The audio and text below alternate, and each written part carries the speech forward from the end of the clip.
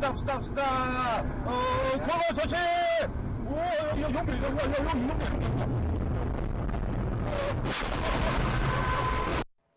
네, 충격적인 장면이죠. 사흘 전 김해공항에서 있었던 BMW 차량의 과속 질주였는데 택시기사는 치여서 중태입니다. 이 블랙박스 영상이 공개되고 나서 처벌 여론이 뜨겁습니다. 이걸 보면서 오늘 새로 고침은 본질적인 질문을 던져보겠습니다. 단속 카메라만 없으면 속도 위반쯤은 별것 아니라는 인식이 문제가 아닌지, 또 과속에 대한 처벌 자체가 워낙 약한 게 아닌지 짚어봅니다. 박영애 기자, 네.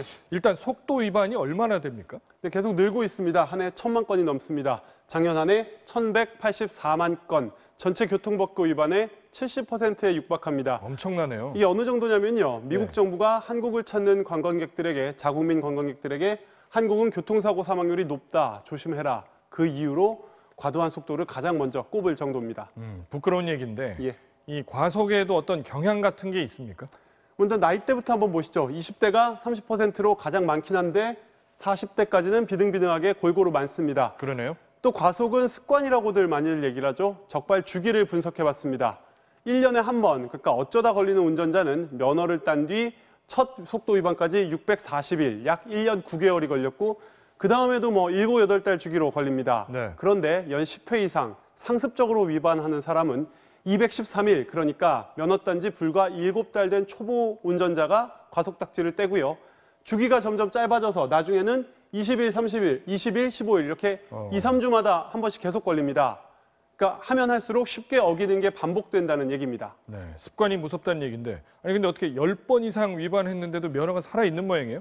네, 이유가 있습니다. 이 과속 단속 자체가 대부분 무인 카메라로 이루어지기 때문입니다. 네. 카메라에 걸리면 차량 번호를 확인해서 차 주인에게 통보를 하고요. 그러면 과태료를 냅니다. 이거는 과속한 차량의 소유주라서 내는 거지 직접 과속을 했는지를 확인한 게 아닙니다. 그러니까 과속에 대한 벌점도 매기질 않습니다.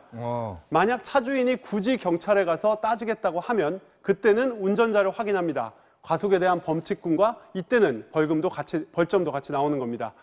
그런데 차를 남에게 빌려줬다든지 운전을 남이 했다든지 하는 특별한 사정이 없다면 굳이 벌점을 받으려고 경찰서에 갈 이유가 없겠죠.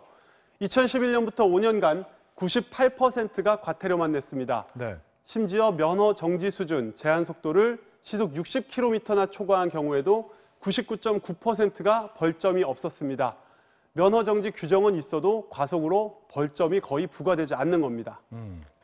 듣고 보니까 국가에서 이 과속 운전자를 처벌하고 운전대를 못 잡게 하는 것보다는 오히려 이 과태료만 꼬박꼬박 잘 거두면 된다. 여기에 초점 맞춘 거 아닌가 이런 느낌도 드는데. 네. 자, 다른 나라들은 어떤가요? 네, 과속의 정도에 따라서 한 번만 어겨도 처벌이 강합니다. 미국 뉴욕주 같은 경우는 구금할 수 있고요. 네. 독일 같은 경우는 면허가 정지되고 호주에서는 차량 몰수까지도 가능합니다. 엄하네요. 네, 과속이 반복되면 구금과 면허 정지도 추가가 되고요. 호주 같은 경우는 면허 박탈까지 합니다. 단속 카메라에 걸린 경우는 독일에선 차량 소유주가 운전자를 입증해야 합니다. 일본 같은 경우는 무조건 경찰에 출석을 해야 됩니다. 시속 30km 일반 도로에선, 고속도로에선 40km를 초과하면 형사 처벌까지 받습니다. 그러니까 과속만으로 전과자가 될 수 있다는 얘기입니다. 네, 그렇군요. 잘 들었습니다. 예, 처벌과 제재가 능사는 아니겠지만 이 안전과 생명에 관한 것은 더 엄격할 필요가 있다는 생각이 듭니다. 뉴스 새로 고침이었습니다.